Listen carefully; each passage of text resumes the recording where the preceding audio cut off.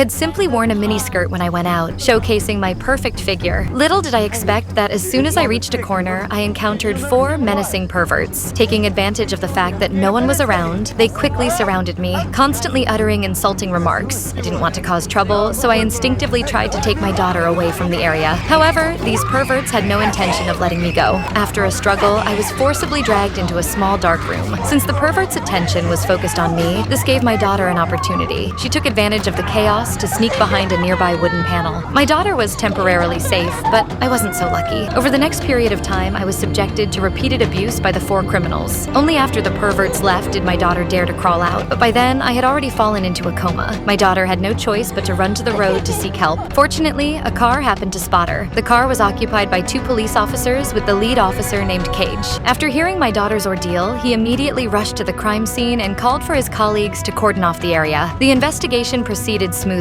Colleagues found skin tissue and fingerprints left by the suspects at the scene. Cage was confident he could apprehend the criminals within 3 days. More importantly, my daughter was a witness, which significantly accelerated the case resolution. Soon after, I was rushed to the hospital for emergency treatment, while Cage, based on my daughter's description, led his team to launch a sweep operation targeting unemployed vagrants in the vicinity. Anyone with a criminal record or who fled upon seeing the police was a target for Keki's arrest. Within a single night, 7 suspects were apprehended. There was no doubt that the person who had bullied me, how could my daughter forget? Under my daughter's identification, 4 criminals were successfully apprehended. Cage naively believed that with physical evidence and eyewitness testimony, he could convict them. He wanted to restore fairness and justice to this unfortunate mother and daughter. However, unexpectedly, the suspects' parents found a way to clear the criminals of their charges. Among the suspects' families were construction contractors and business tycoons. To get their sons off the hook, the parents of several criminals pooled $400,000 and hired the most renowned lawyer in the city to win the case.